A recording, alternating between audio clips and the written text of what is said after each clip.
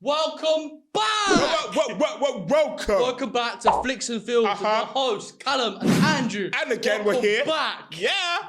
Alright, I didn't like the way I said that, but we're going to move. Move on, you know what? Move. They heard past it. Don't go back. Alright, guys, thank you so much for joining us Hope back you're well. here at FlicksnFields. Yeah. Hope your week was good. Yeah, exactly. Hope you really slayed at work, you know. I hope you're getting that bread. Yeah? Yes, I said it. And I could have taken it back on Tuesday not to.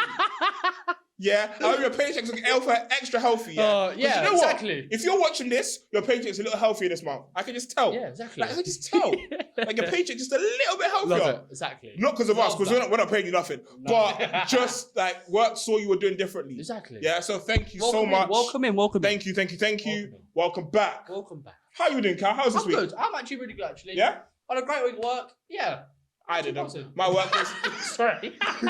My work stressed me. But you know what? I love it. So it's a good kind of stress. The kind of stress that has you go, you know what? Like motivates you and stuff. Yeah. Do you know what? This might be a bit off podcast, but I feel like that motivation is thinking, that's tough. Almost push you a bit more. 100%. I think that you need that in the role. Easily. You need to be in a role where it pushes you more than it isn't just like, mundane, boring. Yeah. Because sometimes, you know when someone says, like, thank God it's Friday, or like, Blue Mondays. I'm like, you know what, it's Monday. Yeah. And like everyone feels the same kind of way. It's like, back at work, but you get the work done. You also, you got to enjoy what you're doing as well, though. I think that's the main thing. 100%. Now let's get to the episode. Yeah, let's get to the episode. Get past the work stuff. Come on. Yeah, you came for fun. Enjoy and all of the above. Exactly. Well, you know what? You know that actually is one thing I do love about work. It's the food. Okay, so basically... Food at work? Okay, so obviously you have lunch at work. But also where I work in London. Oh. Don't try to stalk me. I work in London. Basically where I work is like there's so many great restaurants about. Fair. So you can go eat food of so many different like That'd be continents. So dangerous for me. Oh yeah. Like when I first job where I was now, that was right on top of a shopping centre. Yeah. Literally, I would roll into work. But I would get Subway, KFC, McDonald's, noodles. It'd be so bad for me. Bro, I'm telling you, my old retail job, McDonald's across the road. Do you know how convenient it is when there's McDonald's across the road? It's not convenient. You think that for the first month, where you think, Jesus, I'm now a stone heavier. Let's maybe not go back there. Literally, I would order McDonald's on the app and walk to there and be ready by the time I get there. And I'm like, you know what? They're starting to recognize me. Don't love it. Imagine being that lazy. I don't care. Listen. You can recognize that McDonald's. Okay, I get it. It's not every week just pull me up. Wow. All right. But you know what? The whole reason I brought up food is because, see, this week, obviously, if you can't tell by now, we're doing alternate versions. Yes. Last week, we had a bit of a Fields vibe. This week's more of a Flicks vibe. Yeah. But there's one thing that we do love, because I'm hungry, so I'm going to make this the first part. Movie food. Ooh. So every obviously country has their own versions of food, own version of McDonald's, own version of other food, but everyone likes their own set of food before they go to a movie. Ooh. Whether you're gonna sit down, have a full meal, whether you're gonna get a couple snacks, a bucket of popcorn. Do you know? I didn't think of that. Side note, talk about popcorn. Go on. Did you see the Doom popcorn bucket? It was a sandworm. Yeah. But it didn't hit. First of all, you're not getting any popcorn out of that. Second of all, I don't have my hand in there. It's just weird. Yeah. Like the idea probably banged in the office room, the meeting room, and then they sit in physical form. And don't know why we went through it. But you know what? It's good movies. Who cares? Anyway. Fair. What is your go-to food? Because we go cinema a lot. Yeah. Usually it's together, but he likes to cheat on me by going to cinema with people. I don't know what he eats then. But I think it depends, honestly. My personal opinion. So when you're in the cinema, what you eat? What's your go-to foods? I think in this category, are we talking food? I know what I'm talking about. Are we going sweet? Are we going savoury? All of the above. Or are we going before? I think that's a big thing because especially now. You tell me. I would say in the last 3 or 4 years, cinema have been much more tough and knuckle down on what you can eat in the cinema. You could technically eat anything in the cinema, I think. It's just policy, isn't it? I might be wrong, but I know I've been told a few times you can't eat that in the cinema. Unless you bought it within the cinema, you can't eat it, a hot food in the cinema. Then how can I buy hot food? But you know what? Fine. I think you can eat cold food in it, but it's all the rules basically, right? Yeah, but before, I know Endgame, I knew it was going to be 3 hours long and I bought 40 chicken nuggets for vibes. 40 chicken nuggets? As in, like, you went, can I get 2 boxes of 20 chicken nuggets? No, that's awkward. I'm not going to be awkward. I got in a little machine and then walk out. Just walk up there with pride. If you're going to order them and eat them, order them with pride. 3 hours. Yeah, honestly, so was I. But it was such a great fit. But I feel like it really depends. And also, really depends what mood I'm in. But I think you can't beat McDonald's in cinema. I think that's an OG. I think that's a bit like popcorn and Coke. Always in a bang together. But for me, Popcorn and Coke. Yeah, like that's like you're at the cinema, you're eating popcorn, and as well you're drinking the Coke at the same time. Like it's kind of a vibe. See, I feel like it makes sense in theory. In my head, I'm imagining popcorn and Coke in my mouth, and it just doesn't taste great. Not wet popcorn. like yeah, just no, you're conscious popcorn. Kind of like the popcorn like some like a little salty, is a little. Yeah. Okay, yeah, go on. Quick question: sweet, salty, or both? Both, probably both. Fair. It's a good combination. You can't beat it. Something about it. In my brain makes like it would never happen in my life where I'm gonna want sweet and salty ever. Sweet and sour. No, oh wait, that's sour, not sour, yeah. Like salt and sweet ever in my life. Like, so popcorn. It's like having a pancake and getting chocolate spread and putting a bit of salt in it. What are you doing? Fair. But have you not seen the pre-workout people start doing now? They put honey and salt, and apparently it's the greatest pre-workout ever. So maybe something about sweet so actually, salt and caramel. Yeah. Actually, maybe I might be wrong then. Just my brain's a bit. I guess it works in certain scenarios. Yeah. So I was saying with McDonald's, 100%. I think in the sweet side of it, ice cream's like a banger. I think. If you're going in there, if you got the money to spend 45 grand in the cinema, they're so expensive. The chocolate bags or the chocolate sweets are ridiculous. Yeah, I can buy it at £1 at the corner shop, but it's £3 to buy it in the cinema. Outrageous. I'll just walk in. I'll just go and buy one for. Yeah, I don't know if that's even allowed, but I would say McDonald's is the OG. Yeah. Then for sweet, I would go ice cream. What ice cream would you go for though? I think coffee for me and like mint chocolate chip are like my ones I'd go. You know what I love? You know what? I'll give you that mint chocolate chip. Yeah. But my addiction for the longest time has always been salted caramel. Really? I love a salted caramel. It's not always as like a vibe before. Salted caramel wrapped in chocolate, salted caramel in general, you got me. Oh, do you know what? You've got me. Talking about ice cream, right? Me and Andrew go to the cinema, Cineworld. That's our main cinema we go to. Love it. But before we went to here, we always real quick, Cineworld, if you're watching, sponsor us. Come on, because why not? We literally sponsor us. We're paying for so much. I don't care if we're small. Watch us grow. Sponsor us. Come on. Anyway, carry on. Sorry. What I was saying, right? So before we went to Odeon before, the only thing I can remember Odeon being better than Cineworld is the ice cream. They have the Ben Baskin and Jerry's ice cream. Doesn't Cineworld? Oh, they have Baskin Robbins. Yeah, it's good. But like when you're thinking, I want fish with the cookie dough, it ain't the same. Fair. It's not the same. Fair. But then you also said before about having food before cinema. Yeah. So what's your vibe there then? You know what? So I'll go in order so the way you kind of did it. Go on. So I think it's McDonald's first, right? Yeah. So we'll go takeout first for me. Yeah, go on. So where the Cineworld we go to, there's a Five Guys right next to it. And I love a good Five Guys, but it's so expensive.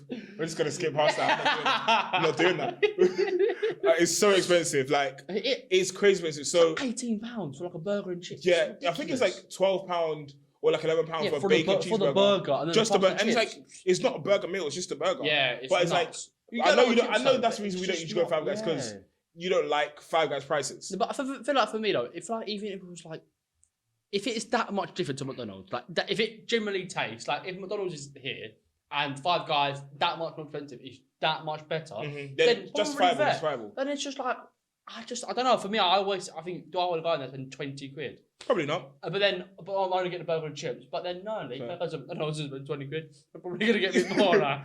Fair, but my thing is, so after Five Guys, I don't feel as like bad about not that I feel bad, but fair. I feel more full after Five Guys. Yeah, that probably fills you up more. Plus, the chips, if I get a Five Guys chips, I see them get made. I see the bags of potatoes laid out. Fair enough. It's a bit more nice. Do you know my biggest selling point is Five Guys? The milkshake. The milkshake. So that milkshake gets me. Like, there's the fact you can choose many, like... You're going to hate this. What? I don't think I've ever had a milkshake. You know what? I think because I remember once, me and my mates went to London, and we went to Five Guys. I think that's only near. I think we were going to a comedy show. I think we were going to. Okay. We were at Leicester Square and we went to the Five Guys, and I had it. And I was thinking, it's like 12 quid, not that much.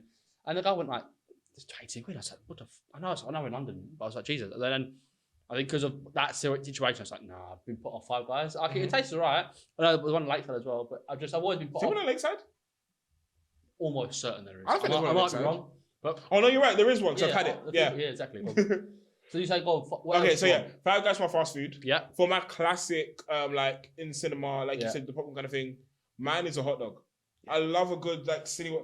That is for me. That is, I'm late to cinema and I'm hungry. I have to eat a hot dog. So okay, sometimes yes, but sometimes not always for me. And sometimes I want the Cineworld hot dog. Sometimes I want like to put my like mayo, mustard on it. Whoa! Not mayo, sorry, Oh! ketchup. Sorry, Woo! ketchup. That I was, meant ketchup. oh my God. I meant ketchup. That was almost, oh my God. I was thinking of mustard, so I was thinking of the M, and then You it were came so out as close to mayo. getting violated. Okay. Mayo on a hot dog. I used to work at a place that did hot dogs, right? Mm. They would order mayo, and I didn't want to do it for them. It kills me so many times. I just like this with mayo. Do you know what? I think I've had mayo on a hot dog. I don't mind, but we'll do that another day. No, I'm not arguing with you about this. My preference is my preference. Oh, that's so bad. And it tastes amazing. One day we're gonna need to try it, and you're gonna love it. You actually back it? I'll back it. Oh no, I'll back it. No. I'll back it every day. No, you're on. I prefer mayo over ketchup anyway. Everyone watching this right now, but believes me. No, they don't. They do. They side with me. It's 95%. My people. The rest of them, I just think you're actually. No. What is wrong with you? I'm perfectly sane. Mayo. It tastes amazing. No. Tastes amazing. I love mayo, and not people like mayo, so that's one. And I actually like mayo. On a hot dog is ridiculous. It's good. No. Try it. No. Try it. Refuse. Try it. Refuse. Try it. Never. One day. We'll see. Nah. Anyway, Cinema doesn't do mayo. Yeah, fair. So I get ketchup, mustard, and then the dried onions. Oh, yeah. I put that on top. It is good. And it's just like you're sitting down, you have the hot dog, you kind of rip the bag open a little bit. Yeah, and it comes with this massive drink. You just put it like that. No, it is a vibe. It's a vibe. It's a classic cinema meal. It is good. I feel like for me, I only ever have it if I'm genuinely late to the cinema. Like if I'm like thinking I've not had time to eat anything before. So fine. I'll go hot dog. Fair. Okay, it probably tastes better sometimes, but I think for me also, them hot dogs have a room for me technically. Why? Because I've seen them how they get cooked and all that. It's just fair. Like whenever you see certain things, it's just like. For anyone who doesn't know, don't search it because you're not gonna want to eat after. That's why I didn't search it. Anyway, so that's nice though. Just I think it's probably like some middle thing. I'm not really probably. They do taste nice. That's why I would happily eat I never want to know how much my food is made. Oh no. Because just don't want to think about it. Yeah. Ignorance is bliss. 100%. That is so. So last one for me is just a quick Frankie's and Benny's. Ooh, because it ranges what they serve. Yes, old classic, like OG. Yeah, it's like OG. First memories, because I remember I never used to go Frankie's and Benny's crazy often. It was like if there was a special occasion, we go Frankie's and Benny's. Because it's not like it's crazy cheap, but it's just not crazy expensive. Yeah, no, but it's good food, but it won't break the bank. Yeah, for me, when I think about Frankie and Benny's, it's always birthdays. I always remember being in there, and they used to start cheering or playing the song Happy Birthday. I don't know why. That's my memory. That's mainly for that. But I think also you're saying for a sit-down meal. It's probably really occasionally on the location of the cinema, I would say personally. Fair. But a few times we've done the Chinese. What's it called? The buffet, the Chinese buffet. Yeah, don't name it, but because they might find us. But a buffet near the cinema, that is for me. I quite like it because it fills you up. But then sometimes you go, if it's a buffet, your eyes are way too big for your belly, and you go, easily. You go crazy. But you know what? It is so. And you fall asleep in the cinema. Quick thing. Oh my god, we've got to say about how we almost left the cinema. For which one? You know, we basically because we ate so much, right? We could survive. We were pretty much sleeping in the cinema. Yeah. The film probably was alright, but yeah, that was crazy. Honestly, can't remember what film it was because I was that tired. Yeah, some French film. I think it was Napoleon. Yeah, it might have been. Yeah, I think it was actually. It probably was a great movie. I'm sorry, we didn't stay. Yeah, it probably was. I think the ratings are good in it, but just we were so tired. We had so much food and fell asleep. So other thing I was gonna say, which my brain's just gone blank, which I don't love. It was the Chinese buffet. So quick thing about that. So, by the way, I get way too much of my news from TikTok. So if this is wrong, my bad. So basically, it was that the reason you get so full is because like the starchy foods you eat expand in your stomach. Oh, really? So it's like you go, I cannot eat all of this, and if it wasn't so starchy, you could. Yeah, fair. Because you stuff your face with like the noodles and the bread and that kind of stuff. Yeah. Starts expanding, your stomach gets full so quickly after like two plates. You're like, that's like 40 pounds or 2 plates. If I'm being honest though, we've got a great method at how we do our Chinese. We've been a few times now. We've been at least 3 times, right? We're learning. And we know what we do. We go first, we go for all the starters, we go for like the prawn toast, the chicken balls, the seaweed. That type of like the entrees. That starter bit.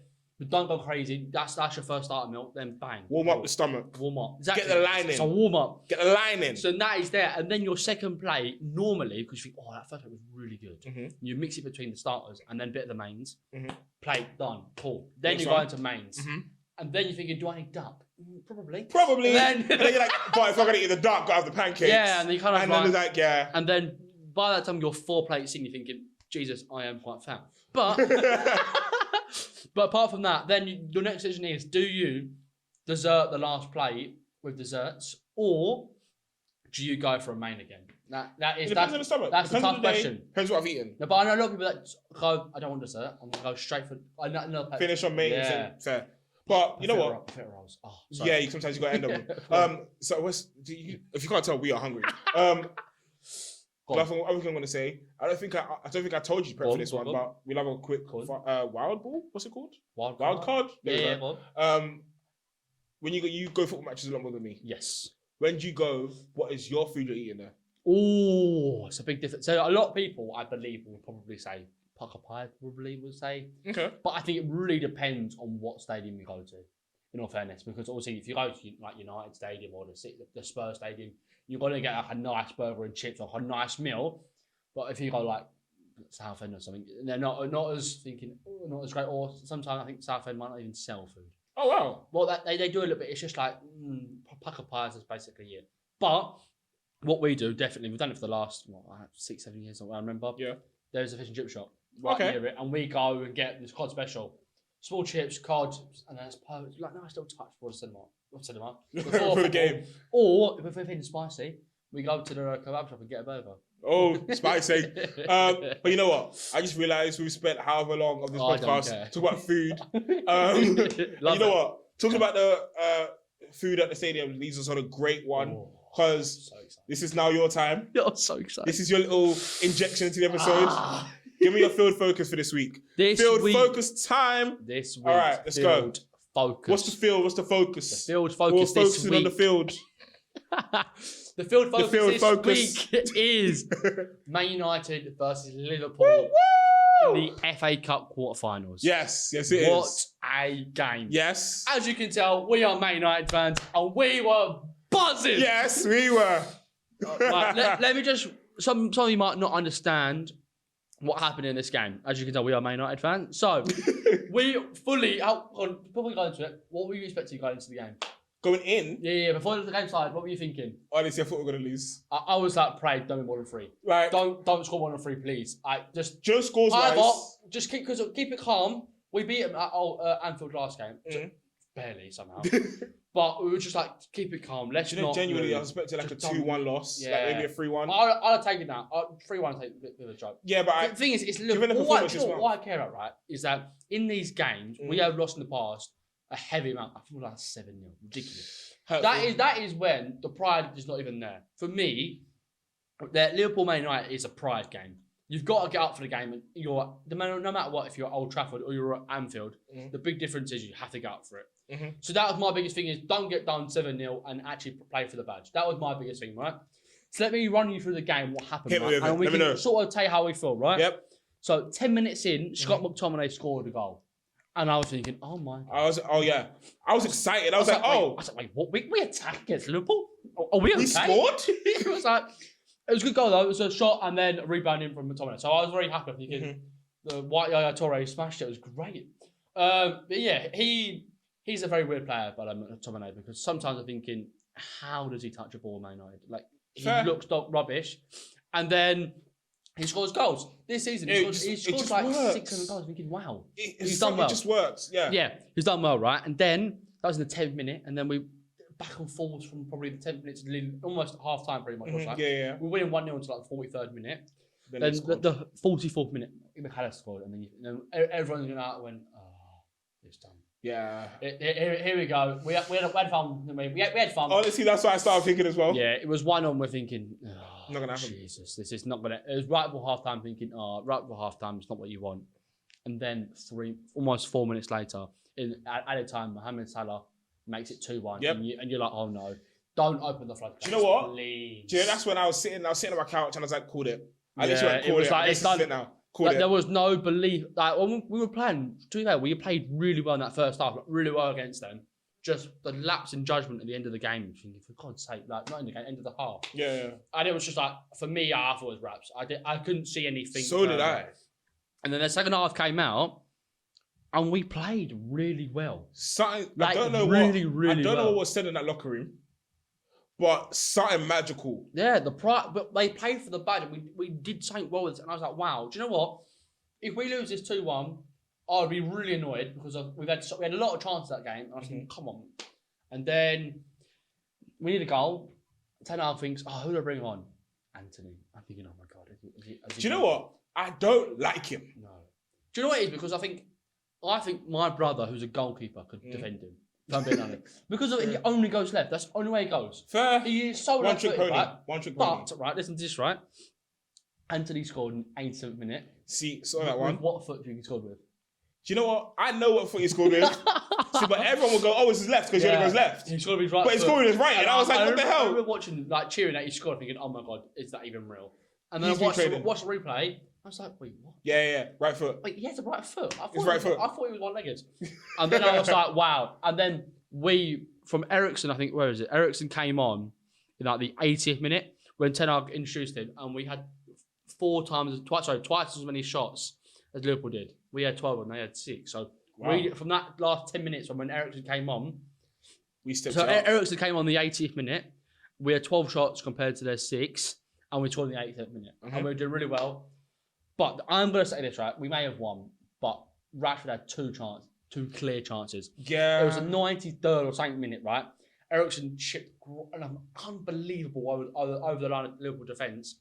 Rashford touched him. All you got to do is basically just tap it in. It was such an easy. It was easy, yeah, it was. And he just blasted. No, I think he just placed it next to the post. You're thinking, oh my God, that was annoying. But that was every United fan thinking that was our moment. I thought that was yeah. And you're thinking, guess we're done then. I didn't have much hope going to penalties. Really? Maguire. I know we can smash penalty, and that's basically it. Do I trust Bruno and Rashford to score under pressure? I'm not sure. I'm not sure. I think I trust Bruno. Yeah, I didn't want to go to penalties. That was my thing. I didn't want to go to penalties. It went extra time. I'm thinking, oh Jesus, and I was thinking next goal probably wins it. I was thinking because of it's going to be a tight game. It would be a bit tight game all game. We had the momentum completely at the end of the second half. Yep. At half time, the momentum may change to Liverpool. I was thinking it's going to be tough. We came out second half. The first half of the extra time came out. We were doing well. We didn't have as much momentum at the end of the 90 minutes, and then in the 105th minute, right before half technically, they scored. Harvey did it.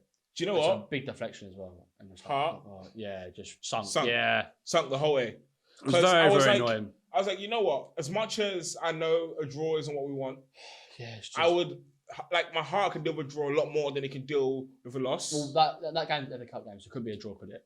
True. That's what because you'll go to pens and then pens and then it was a draw. I only went to each time because it was a draw, obviously. Harvey scored at the 105th minute, and then it was 3-2, and you're thinking I couldn't see us going back again. I couldn't because it's a lot of mentality to get back again. And then for some reason it just flipped on us. We went, let's go, and then we actually went for them, and it was 3-2. Yeah, and we were like, I thought we could. Honestly, it looked like we were gonna make it 3-0. I'm thinking, nah, okay, it's Liverpool. Yeah. And then we had this really close chance with McTominay where the ball went to Garnacho. Garnacho knocked it to Rashford, and then McTominay burst him through, ball put across, and then McTominay tapped it and went just right past the post. I'm thinking, that was a bit like a razor. It was almost like we can do this. Let's go again. And then we know we can actually do it now. Yeah, and then what happened was that there was a misplaced pass in the midfield with McTominay got the ball, held it so well, and then just knocked it through Rashford. And Rashford, to be fair to him, he had 2 chances before. Yeah, he finishes one. Great finish. He finishes bottom one. corner, 3-3. Let's go. We celebrated a tiny bit, and then we went, let's go back. We realised we need another one. Yeah, and I was thinking, beautiful ball. It was, and then now beautiful ball through. It was tense. We can. What do we hold? What was crazy though? We ended up the game right with Anthony at left back and Bruno at centre half and Maguire up front. You're thinking, Jesus Christ, he's against Liverpool. We don't know how we all shuffled. Even I know Onana got the ball in his hands once and then just almost put a ball in from Maguire. Thinking that doesn't seem nice. Maguire made a run past the. That doesn't make doesn't make rational sense, but You know what? I don't care what sense it made. And then the way because it works. how this ended, it was 120th minute. It was Liverpool so beautiful to watch. had a corner, and I was panicking. I'm not gonna lie to you, I was panicking. Thinking, Okay. it was Liverpool had a corner, 120th minute. I'm thinking, Yo, it's like Van Dijk could jump here and just make it just little 4-3 head, and then that's done. All that work for nothing. We get the ball gets knocked out to Elliot, and Elliot's bad touch, and Amad Diallo, bang, right on it. And then so quick. it was a 2v1 versus the last defender. Mm-hmm. So Ganacho had it and ran. And I would say 80% of United fans thinking he's done too much here. He's held on the ball for way too long here. Just knock it to Diallo. He knocked it to Diallo. Diallo touched it. And I thought, oh no, he's gone too fast. Yeah. He's gone too far. And then bang. I was so scared. Do you know what? It was pure luck. But someone decided to give us luck today. Hit the post, and I went nuts. It was so crazy. I couldn't tell you. 4-3, last kick of the game. It was incredible. Right, I say last kick of the game, right? This happens, and I'll take the top off, and he gets sent off. Right, because he had a yellow before, you get left taking top off, and you think, for God's sake. Yeah, but you know what? I would take it for that. It was you're a god for it.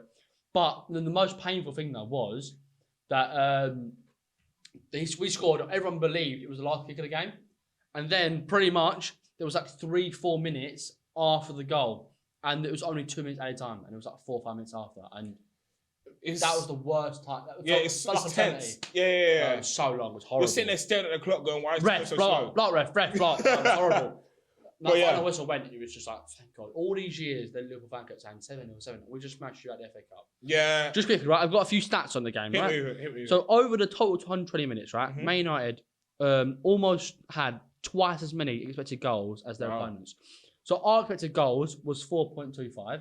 Okay. And theirs was only 2.18.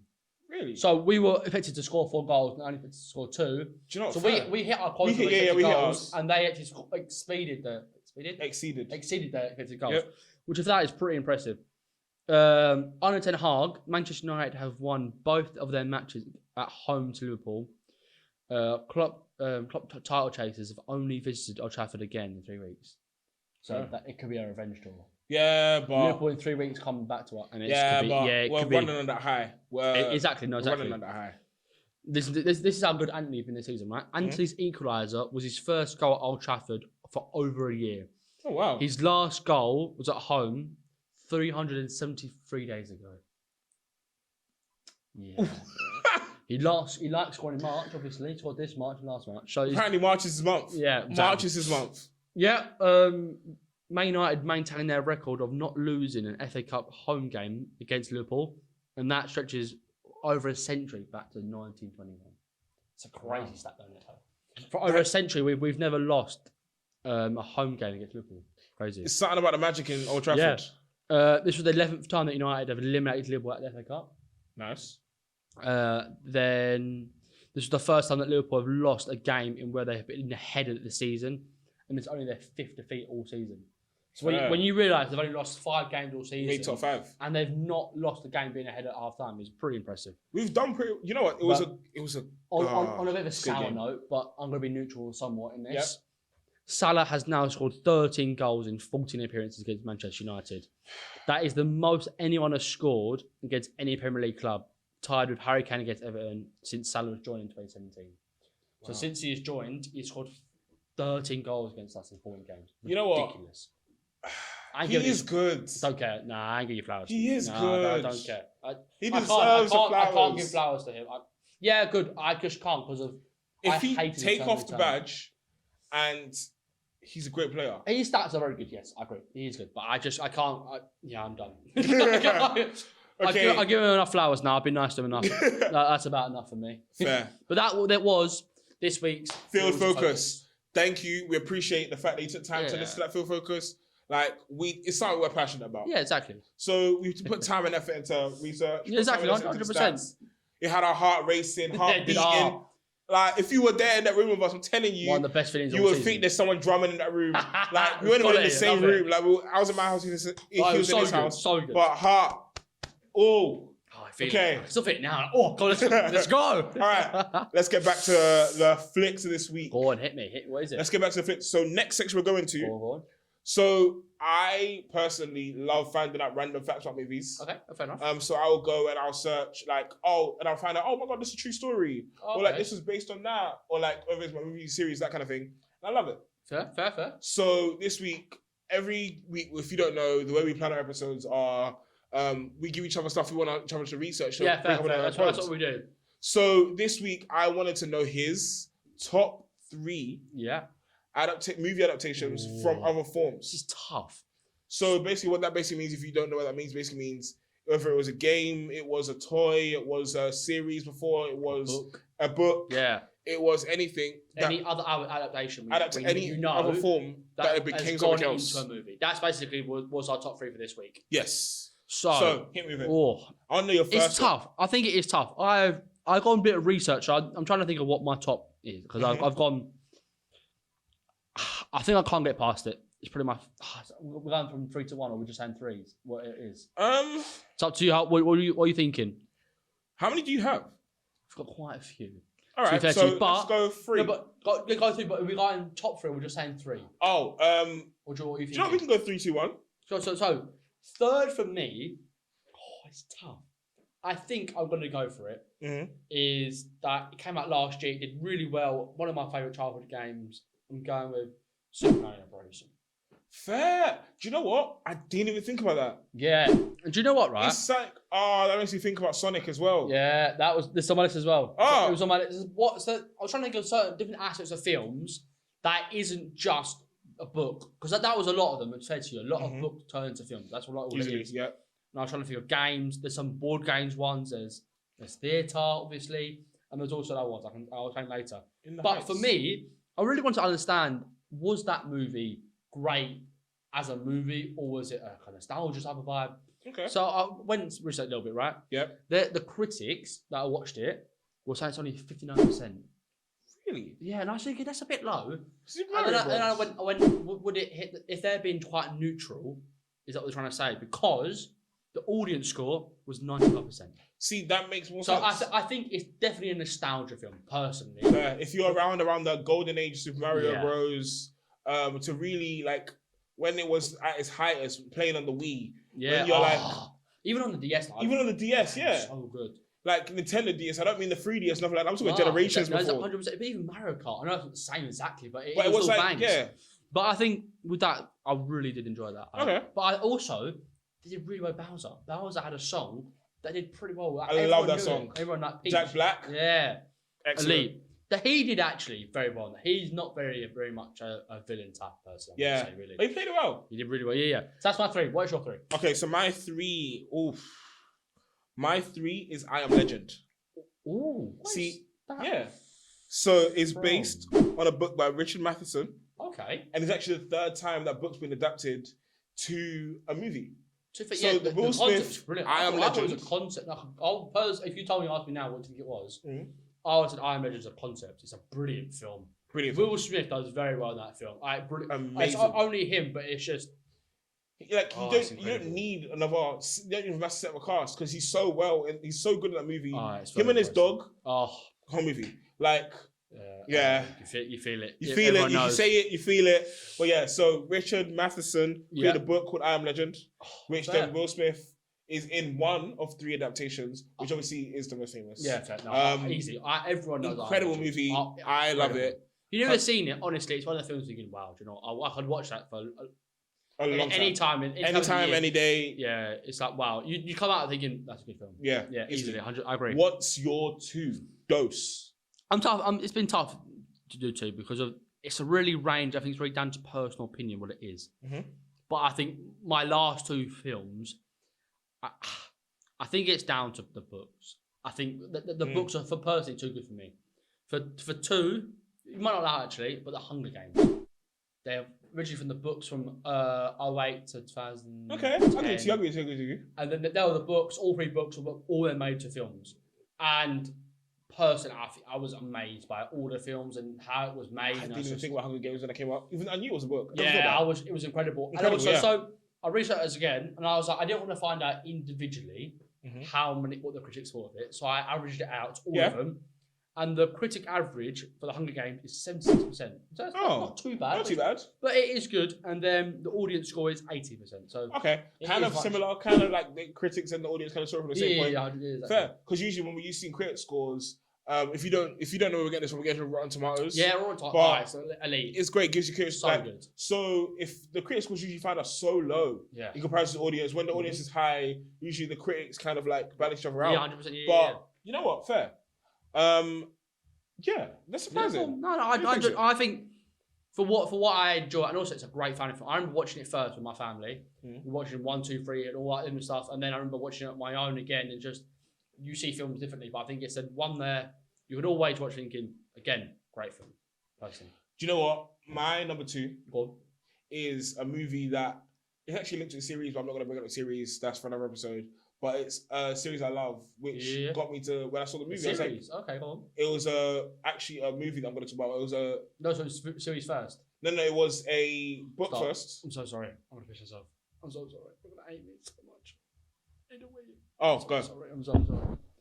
Because I was gonna wait till the end of the second. I'm like, I actually got this. And I'm gonna shoot myself on camera. It's fine. It's fine. It's fine. So, what is your number 2? What would you say your number 2 is? My number 2. Go on. You know what? So my number 2 spanned a bunch of stuff. Yeah. It's nothing. This is. I think because now we research sort of things, it doesn't come straight to your mind. Yeah. It's so tough because I think first of all you think you've got this and this, but then also you've got it's actually a good film. That's what I think comes tough though. It's so because even like when we always go like if you didn't realize we do a lot of like top 5 or top 3 or top whatever. 100%. Because we obviously love putting them in a list and kind of ranking them kind of thing. Yeah, exactly. Because this is our opinions. Deal with it. Love it. Is what it is. But it gets so hard to just like this one over this one, take that one out. But we have to be so decisive with it. But my number 2 wasn't going to change because I loved the movie. Go on. Didn't know it was based actually on a book. Okay. So, but then that same movie inspired a show that I love as well. Ooh, okay. So I was like, you know what? If I'm going to choose adaptations of a book, like because I wanted to all other mediums and I choose a book, I have to pick this one because of what it inspired. So my one is a Leonardo DiCaprio, Tom Hanks film called Catch Me If You Can. So I don't know if you've heard of it. I think so. But it is a great movie. Yeah, okay. So I realised we were doing stats, and I forgot to do stats for my first one. That's fair. Which was I'm Legend, because ironically, they have a joint score. Both critic and audience are 68%. Okay. 16? 68. Oh. Which is surprising, because I expected a lot higher from the audience on I Am Legend. But it's quite actually, isn't it? Yeah. Fair enough. But anyway, so Catch Me If You Can actually has a great score. Go on. Excellent score. It has a 96% critic score. Damn. That's the highest critic score I've ever seen. And really enough, the audience score's lower. It has an 89% critic score. Audience score, sorry. But even still, both those scores are incredible. Like 2 household names, Leonardo DiCaprio and Tom Hanks. That's like incredible. Fair. But truth be told, the movie itself is incredible. And it inspired a show, but we'll get onto that show in another episode. If you don't know what show it is, keep watching. Don't search it up. Don't ruin it for yourself. Come chill with us again. Yeah, come back. Came from a book. Fair. Loved it. Yeah. Yeah, that's my number 2. So now, onto the big ones. Numero uno, the beginning. I've researched a lot of these. What is your number 1? I've gone through a lot of different adaptations. Yep. And I really wanted to do different video game, board games, theatre, all different things. But honestly, for me, it's down to the film. And if you ask any adaptation, what is the best one out there? Personally, I know you've not seen it again, but Harry Potter. I couldn't do this and not Harry Potter. Harry Potter is so good. I get it. I also get the Rotten Tomatoes. It is 85% critics and 81 audience. Really? Yeah, so it's a bit lower, but that is the range of all the films. But Harry Potter for me has to be 1. I genuinely expected it to be higher. If you're going to get audience score, I expected it to be way higher. I expected the average to be the 90s. Yeah, same. So did I actually. I was surprised. Harry Potter convention. It's just some of the films in the middle, like 4 and 5 and 6, didn't do as well. But it's there. So go on. That's how my list is 3 Spanish Super Brothers, then Hunger Games, and then Harry Potter. That's actually a good list. Yeah, fair. So for my number 1, which I know with my whole soul you didn't know this was a book. Probably not. Like, and I know how people that are gonna watch this didn't know it was a book. But I'm gonna tell you. Go on. What was that? So my number one Go on, hit me. is Shrek.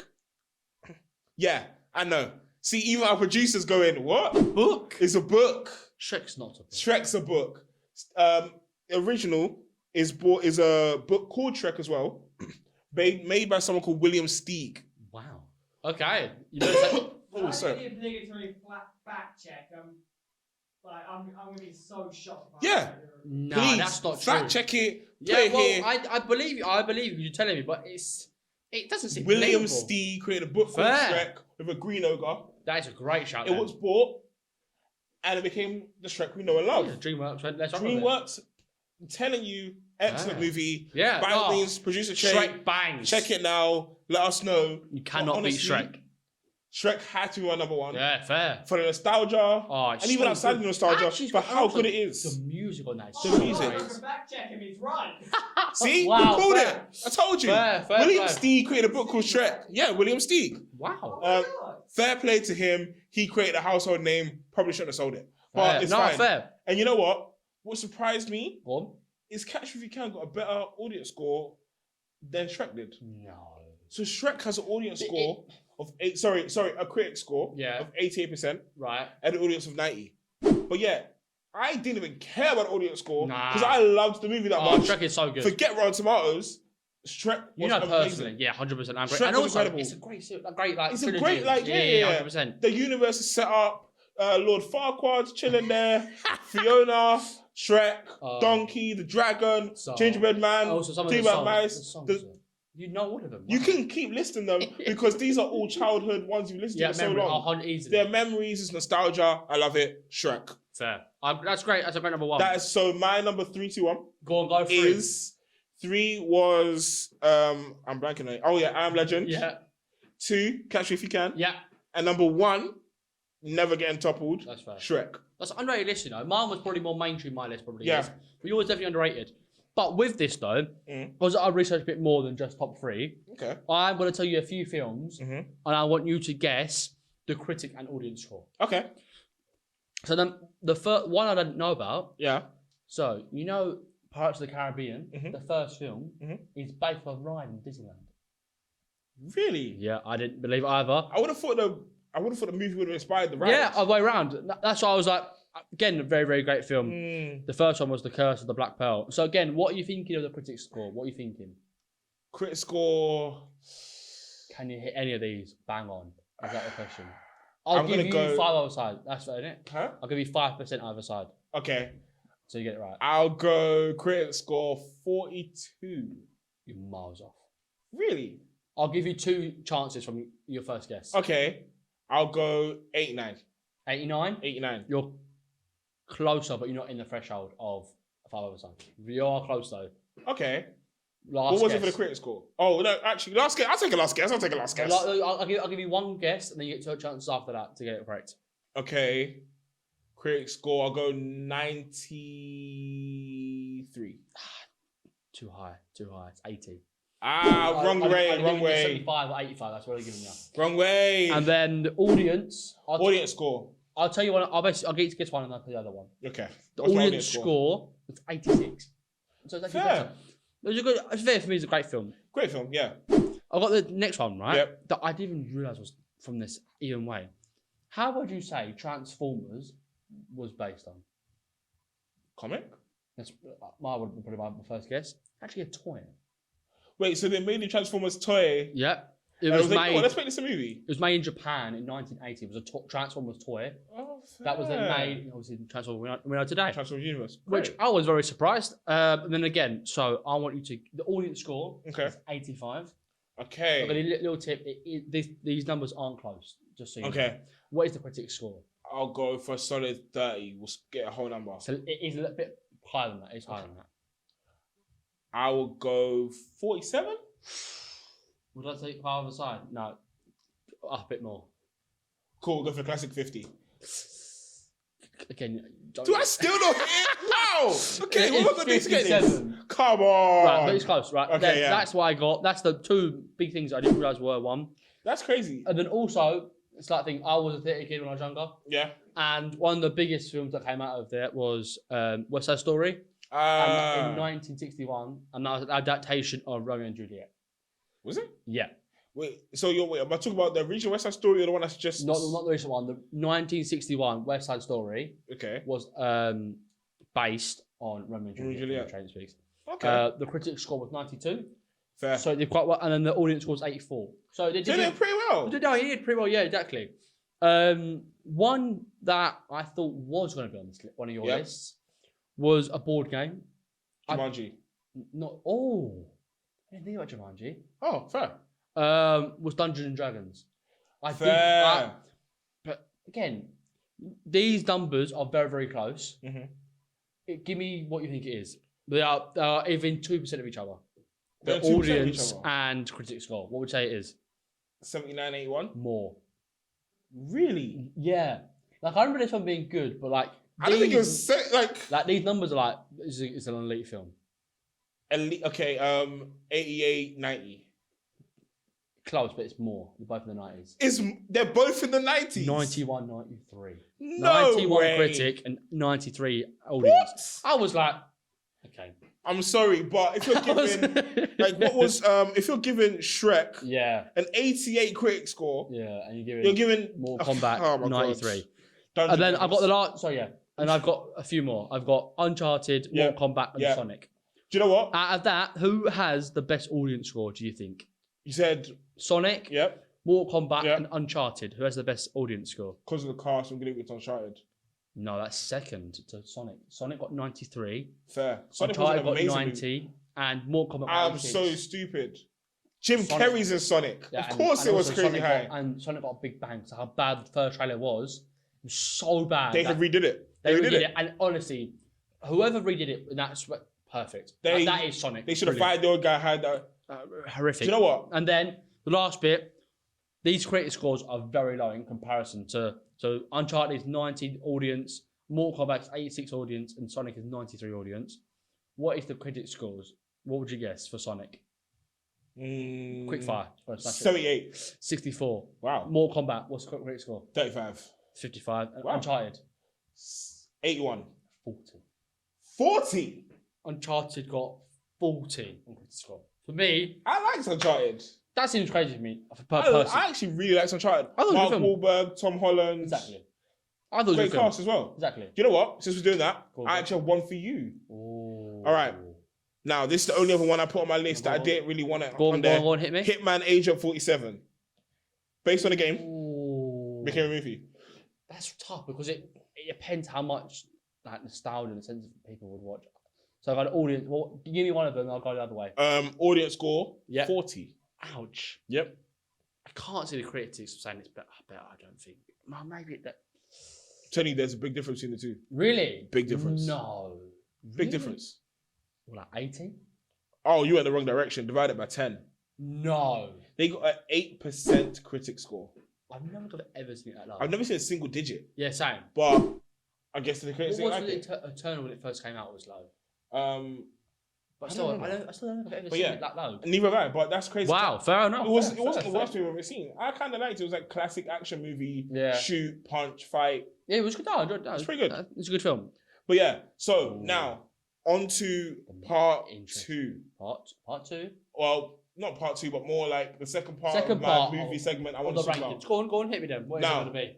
So Yeah. I wanted to take a look at other sections of the movie because we did adaptations. Yeah. And a lot of them gave us great moments because of the music. A lot of them gave us great, oh my God moments. Yeah, that's one. So another thing I asked you to do, which they made, obviously you guys don't know about because you're watching it now, is find your best wow moments. Yeah. Those moments that make you, it doesn't have to be a crazy like, oh my God. Yeah. But it can be a more of, I loved that. Yeah, that's fair. It was a wow moment for me. Yeah, Maybe not for from- everyone, but for me. The way I perceived it was it's a wow moment coming out of the cinema. That's Yeah. how I perceived it, thinking, we came out of the cinema thinking, wow, that Yeah. was honestly a really good film.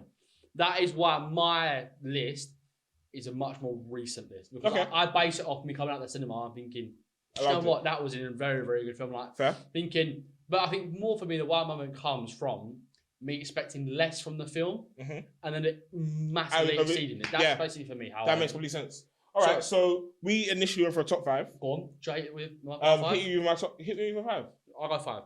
So my 5 is from a film in 2019. Okay. When I really first got my Cineworld card, or first card I got. Okay. And I was basically just going to any film that I know I could go to. And my film is 1917. It is a war film that is almost one of the first of its kind, where it looks like it is filmed from one camera on one scene. So it goes through the walls and goes through different scenes. It's filmed on one. Is this the Andrew Garfield movie? I don't know entirely. But before researching this, I thought it was only recorded on one camera without no editing. But it actually was shot in one take, but rather in a series of continuous uncut shots that were then cleverly connected to give a feeling of a long take. Oh, wow. While this has never been done before, 1917 has bring new challenges for filmmakers. Basically saying it looked brilliant because thinking you've never seen basically a camera on the cinema screen go through a wall into the next scene, and there was no cutting from it. And it was like, especially from someone that enjoys film as the cinematography of it, I was very, very, very impressed with it. I was thinking how that was done. And then on the ratings, they were both very, very close. Not many, I would say, researching on the Rotten Tomatoes are very, very close. But again, 1917 got an 89% on critic score and an 88 on the audience score. If it's the way it's challenged, the way you're talking about the way it's challenges filmmaking and everything. And also the storyline was great, but it was more, the filming of it was brilliant. That was more the same aspect of that film. Fair. What's your 5? So my 5 is kind of, so the only reason it hits 5 is because of the list I have. Okay. The list I have is so... It's a hard list, isn't it? It's a hard list. The list I have is so good in terms of my personal wow moments that this movie in itself would be in my top 3. Okay. But for wow moments, it's in my top 5. Okay. So my first one is The Gentleman. I know I spoke about it on my Flicks Focus last week. Wow. I want to talk about the movie itself. Okay. Wow. So the movie itself, genuinely, that goes into your top 5 already. I genuinely, I turned off my TV and went, I love that. Wow, fair. I said this might be one of the best movies I've ever seen. Guy Ritchie did an amazing thing, just from the scenes where you're seeing Matthew McConaughey kind of deal with the drug business himself, to when you're seeing Charlie Hunnam back out a machine gun on the streets of London, and you're like, these scenes are like, especially maybe it might be because it's my my country, it's my home. Like, what it is. I can kind of feel more like, oh my god, that's so crazy. You relate to it more. In a sense, even though it's not relatable. I still like but sad about it. Fair, no, fair. That's a great shout out for. But yeah, talk about A Gentleman. I know we spoke about critic scores. Go on. So that if you haven't realized, we do love a good score. Like, go on. So the critic score 75%. Okay. But the audience score is 84. So maybe not crazy in the 90s, not bad. But it's still a good watch. It's a good sit down and kind of enjoy it. Okay. And I did, in fact, do that. I did enjoy it. This is tough. I've got my list here, but I'm still torn between all of them and how I'm going to do it. But for the way I came out the cinema and the wow moment I had for me, for a 4, maybe even a bit low, Spider-Man or Spider-Verse. The second one. Yeah, because basically... That's a good show. I came out of that film thinking, oh my God, that is probably the greatest callbacks to a film 5 years ago that no one called. That callback to when Miles gets bitten by the spider and he goes green and purple first before going blue and red is incredible. To be the storyline to be that he's actually probably should be the Prowler. Do you know what? Incredible. Taking it one step closer is the fact that they even used that movie to introduce Miles Morales into the actual Tom Holland Spider-Verse. Yeah.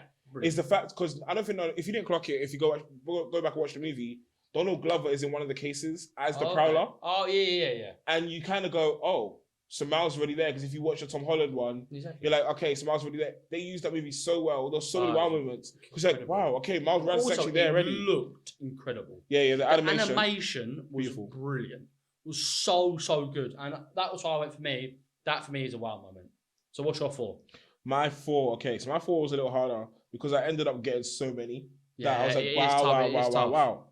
So my one, is Step Up to the Streets. Oh. So I love a Step Up. And you know what? So Step Up had to be on my list and it probably should be higher. Fair. But it was a more nostalgia wow moment than it was a, oh my god, that's the greatest thing in the universe kind of wow moment. It's a good film. But there's one particular thing I loved. I probably took from it was Moose. Moose as a character, he made me think I could just pop it and lock it and just like all of the above. Like I was sitting there, that film, like from the scene, from something as simple as him beatboxing on the stairs, just going up the stairs, so easy. to the water scenes, to the scene in like Revolution where he's banging on the like shields. Moose does an incredible job.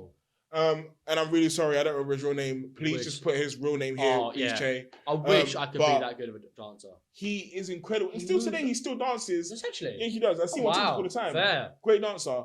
Because it wasn't like he was really dancing. Fair. Those wow scenes, that when he comes in with the water and he's like slapping the water and he's like, incredible. Elite. Okay, cool. Good answer. That is my number 4. Oh, I'm gonna change it. I've changed my list. You changed yours? I have it on my list, and the way how I felt after it was more of a realization, and it's because it's a true story. I was like, wow. For me, my number 3 is Just Mercy. Just Mercy is with Michael B. Jordan. Okay. Where there's a story of Brian Stevenson, a young lawyer who founded the Equal Justice Initiative, where he would go to legal practice and decide basically against defending those who's in most desperate need, so like the poor or people that are on death row. That's basically what it is. And this film follows the person on death row, basically. He's being told he's on death row, and actually in this film you see him get done in an electric chair. And oh, wow. It was so moving to even realise that it was a true film. At the end of the film, they show the actual scenes. Yeah, so you basically, I think you follow him with 2 different people. One person gets out, and unfortunately, one person does die. And for whatever reason, I didn't think an electric chair is as brutal as it first was. So when I first watched it, I assumed when you get electric chair, they just probably shake a lot and then it's done like a big electric shock. But it was as much as one jump and he's dead. And for me, it was like how a life can be taken like that was so scary. And it was almost bring you to tears. It was so emotional watching the film, thinking, wow, it really. And I came out of the cinema thinking, how is that a true story? It proper got me in the feels. And I was like, for that is why it may not make the film be as good as other films on this list, but the way it made me feel, gave me that wow moment, it's 3 for me. I love that. That honestly is officially on my list. If it's not on yours, put it on it because it sounds like a beautiful film to watch. Yeah, well, honestly, it's just obviously it's a very sad film. Someone that loses their life on death row, and I think you do come to terms with believe that he was innocent. The man that lost his life on death row, he was innocent, but it was very, moving and touching how it was real. And honestly, the way the person that Michael B. Jordan plays, you see that person. And I think he comes out in the press conference. Basically, that happens in the film. Obviously, you see it actually happening in real life at the end of the film. So it was really brilliant. So that was my number 3. What was your number 2? I love that. 3 now? My number 3 now. 3, sorry. So my number 3 actually is going to a great director. Oh, go on then. Is going to Oppenheimer. Oh, so that will be on my list. That I wouldn't be surprised if it was. Yeah. Because that explosion scene, like you watch the movie and it's so tense. You did not expect it at all. So it's so tense. Like if you weren't in the cinema opening day or you weren't in the cinema to watch it, we did. I know we did, but I mean I'm talking about the audience. But if you weren't in the cinema opening day or you weren't in the cinema like when the crowd was big, I don't think you would take in how much of a scene that is. Because when we went there, it was so tense for the whole movie. It was so tense for the whole movie. Because everyone knew that was coming. It's the ending. Also, everyone was expecting bang. Yeah. That's what everyone was everyone was expecting. Like classic, like you said, Transformers explosion. Yeah. Boom, over. But because of incredible. all the like the leaks and stuff, you always want to hear it say, oh, it's the loudest bang, or you can hear it in other cinemas. That's what people saying, like, in other cinemas, they can hear it. But you know what? You're thinking, what? What you hear, the silence screamed so loud. Oh my God, incredible. Because from the way it was filmed, to the way the explosion was shown, to the way it was just done in general, beautiful. Because you're sitting there expecting a massive explosion to actually hear an atom bomb, but what you heard was complete silence in that cinema. You could hear a pin drop. Because everyone stood there in awe of Christopher Nolan because he does 100%. So well. He earned the Oscar so well. He earned it 100%. Because he sat there and you're just sitting there going, you don't know. There's no feeling like I could to put it into words, Also, which is weird on a podcast. Can't put it into words, No. but like What I also agree with though is that crazy. there is a reaction after the silence of a Yeah. loud noise. I would say that noise as well actually feels much louder Yes. than what it probably is, because it was so silent, it hit you so suddenly, thinking, wow, Yeah. obviously you know it's going to happen, but you just don't realise that actually happened. And All then you see is light, that first and then it's bang, bang, loud sound, everything everything. can like just go through your body. It's like, wow. Yeah, honestly, that silence had me sit there and I just stared. It was incredible. Like, I honestly did nothing but stare at that screen because it was, you couldn't look away. No, it was brilliant. You might, even if you tried, your body wouldn't let you because your brain would have screamed at you, stare and look and watch. It was beautiful. I would say for me, what is your take from this? I think Oppenheimer for me will be my 2 as well. Okay. Because I think the way it made me feel and that moment is a wow moment. That is a perfect example for a wow moment. Perfect example. My 1, for me, I think circumstances change why it's 1. But for me, Oppenheimer, I think, a brilliant film. Easily. It is a 3-hour film. It is cut into an hour, very, very good hour sections. Yeah. You felt like watching 3 films, but they're so intertwined well. The colour deterioration was brilliant. The way they did Robert Downey Jr. and all black and white, but do like smashed it. They did incredible. Because honestly, Murphy as well. this props. I know he had to wait forever to get his lead role, but I feel like this role was made for him. 100%. This role, like all the times he had to sit back and wait for to be like stop being side characters in Nolan's movies, but this role was made so for impressive. him. So impressive. Him as Oppenheimer. He is Oppenheimer. That is how good it was. He is. Yeah. I would honestly believe it. Like, incredible. So then that's my 2 personally. I know we always spoken already. So then, what is your 1? So my 2. I can't do maths. My maths is Really shocking. can't. My 2 is actually staying with Christopher Nolan. Oh, okay. And it's Tenet. Oh, are you? So Tenet has to be. Sake. Say your 1. Yeah. Oh, same.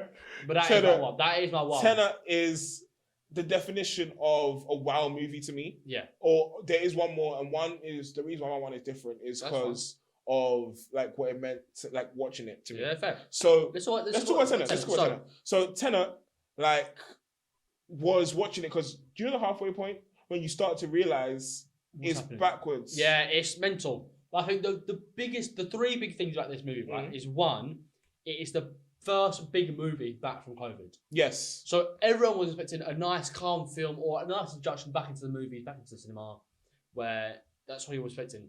I remember I watched this film twice, and you get 2 interpretations from watching the film because you notice, especially with these type of films, what's happening in the first half of the film actually is not happening in the second half of the film. It's brilliant. Yeah, because he's not living a different life, but he's living a separate one. I actually have only ever seen it once, and the reason I've only ever seen it once is because 1, movies usually go over my head when I see it more than once. Yeah, I like to watch it once and that's it. That's fair enough. If I watch it the second time, is what it is. Yeah, but it was impressive. Watching it that first time was like me going, "What the?" Like I stood there in awe because I started looking at like I can see his first self in the first half of the movie in the second half. The aeroplane scenes. Do you know that was a real aeroplane? Christopher Nolan genuinely crashed a real airplane. Christopher Nolan hates CGI. Yeah, he does. So with Oppenheimer, he wasn't obviously allowed to set an actual atom bomb. So he set actual explosions. Wow, but it wasn't obviously an atom bomb explosion. No. But he loves doing stuff for real. That is why he's one of the best directors ever. Yeah, 100%. He hates CGI, so he actually crashed the actual aeroplane. When you're watching Tenet and you get to halfway point and you see him kind of go backwards, you're like, this is the same movie backwards and forwards. I've watched it, but it genuinely confused my mind. I finished it, just sat there for like 10 minutes going, I think that's one of the best things. If a movie can make you sit down and think about that film. Yeah, it's done its job. The amount of times I thought about that scene on the highway where that car goes backwards. But it's not even a film that is... That, for me, that's why it's a wow moment. I sat there and you almost replay the movie back in your head and you're realising what actually you just watched. And some of the scenes were immaculate. And the lead guy... Absolutely beautiful. Brilliant. Do you know the lead guy, John David Washington? Yeah. If you ever noticed, you hear the last name? Yeah, Washington. He is Denzel Washington's son. No. So That's Really? already, yeah, he actually is. Fair. So that's already acting family. No wonder he did so well. Jeez. But you know what? The thing I loved about him, so we watched many reviews of him, and there's one that probably should be on our list. Yeah. The Creator. Excellent wild movie, in my opinion at least. That was a very good film. I think that didn't even go. That was very impressive. So the reason I bring it up, because up until I really saw that movie, that's when I searched him up and I was like, he's Denzel's son. Yeah. And I was like, you know what? He's such a good actor in himself. I agree. He stood outside of the nepotism thing. You don't even need to. He doesn't need his No, father's not name. at all. No. So he has he's two so very amazing. clear films now. Very, very easily. Good. Tenet and The Creator. Easily two films that amazing. This is the sign of a creator. Very, very impressive film. The way they've made the AI. Yes. Because the biggest problem with AI is it doesn't look real. They made this AI look real, and the way they did it, where you're rooting for the AI people, and it was just obviously he is obviously a real person, but like the way you see it, and you're like, I could genuinely this person's a robot. Yeah, 100%. I think it's brilliant, and also the connection they put between looked as well was impressive. Yeah, the hair that you could look straight through it, and the way they filmed it. But the thing I loved the most is the relationship between John David Washington and the child in the movie, Really and it's the way you see his entire outlook. The way he changes as well. The way he changes as a person internally, both externally, and you just see the way he changes lifestyle and the way he lives life. Also, what's one of the greatest bits as well, though, is that at the start of the film, I think he's in a hazmat suit, and basically he kills one of the robots. Says, what line he says, basically, they're just robots, they're not humans, right? Mm-hmm. By the end, that child gets taken away from him by someone, and one of the soldiers said to him, "It's only a robot," and it's like, wow. That's a whole 360 in your head. Because in your head, you don't take that line in. No, not at all. No. But by the end of it, you're like, they aren't just robots. No, it's impressive. But you know what? So that was my one. So you taken my top two pretty much. So what is your? So then I'm surprised actually. What is your one? What beats both of them? What beats both of them? So what beats both of them is something that one thing I've never done is cry in the cinema. None of the movies ever get to me. But there's one movie which had me kind of like the film. Fair. Wakanda Forever. Wow. Fair. But not because of the movie in its entirety. It's that first opening scene. Because for people that don't know, Wakanda Forever is the second adaptation of the Black Panther comic. Black Panther movie. Is a sequel to Black Panther. Which was surprised I didn't put in my sequels list from the other week. But fair. Just noticed that. But what it is that first scene is the funeral of the Black Panther, King T'Challa. It is. All in white. But it's all in white. Wow. But the reason why it hit so hard is because the actual actor, Chadwick Boseman, unfortunately passed away. Yeah. And that was such a hit. You feel it properly in that. It was such a hit to both the Marvel universe, both the movie watchers universe, the actors, directors, all that kind of stuff. Because he was a great actor. From the movies he's done, Jackie Robinson played great actor. Pretty sure played Jackie Robinson. But anyway, so seeing it was such a sit down and really take it down. And you know what? To that fact, I have to give Rihanna her flowers too. 100%. She can write that song.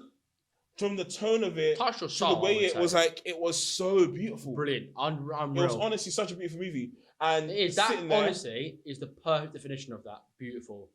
Because it was an amazing blessing. And the way you watched it and seeing that unfortunately Chadwick Boseman has passed away, but it was a great, almost, you felt like you were there with the and you're all collectively generally sad. And even if you weren't in the actual, obviously Wakanda is your place, even if you weren't in Wakanda, being in that cinema of everyone watching the scene together, and you feel it in the room. You feel that okay, this is our, because obviously his family does a goodbye for him, does a funeral for him, but this is our goodbye to Chadwick and the Black Panther character for our Marvel universe. So as Marvel fans, we loved it. Still in disbelief how and he dealt with it during Black Panther 1 as well. And all he never said anything. Yeah.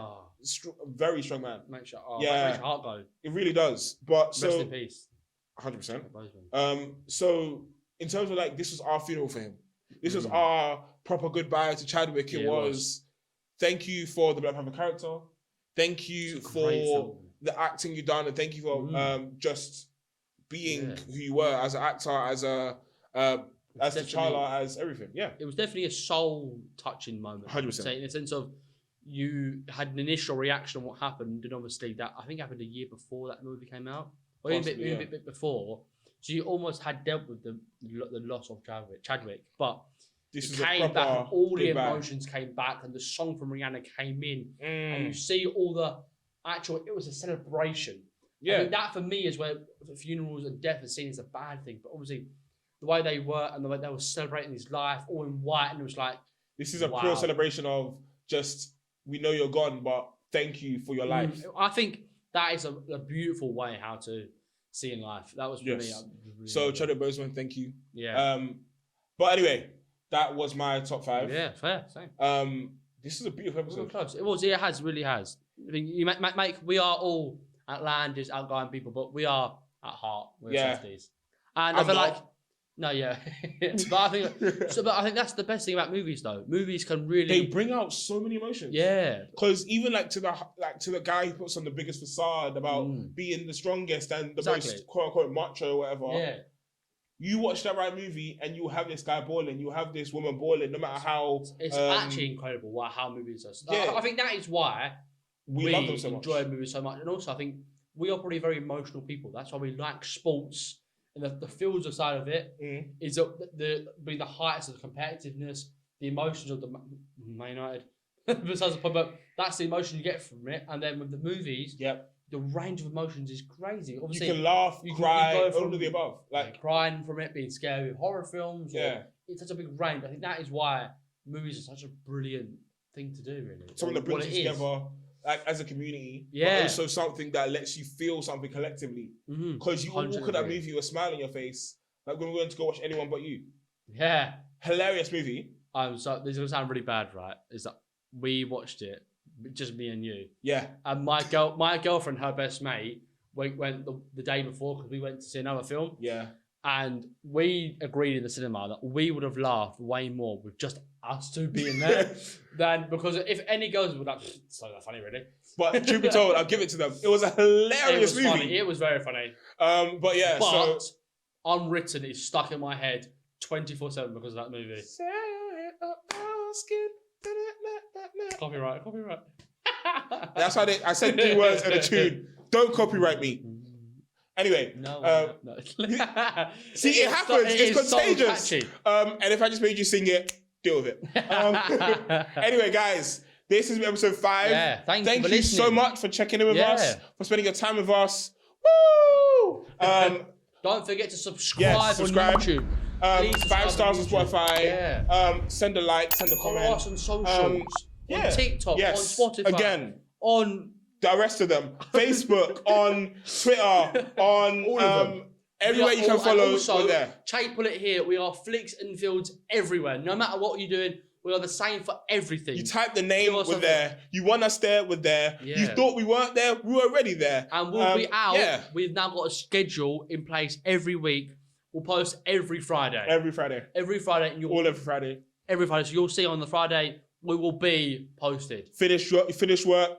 On your way home. Yeah. For the vibe, weekend vibes. We'll start weekend vibes. You started correct. Let's go. No. Yeah. We'll see you next week. Thank you. Anyway, thank you guys. See ya. Thank you. Peace. Thank you.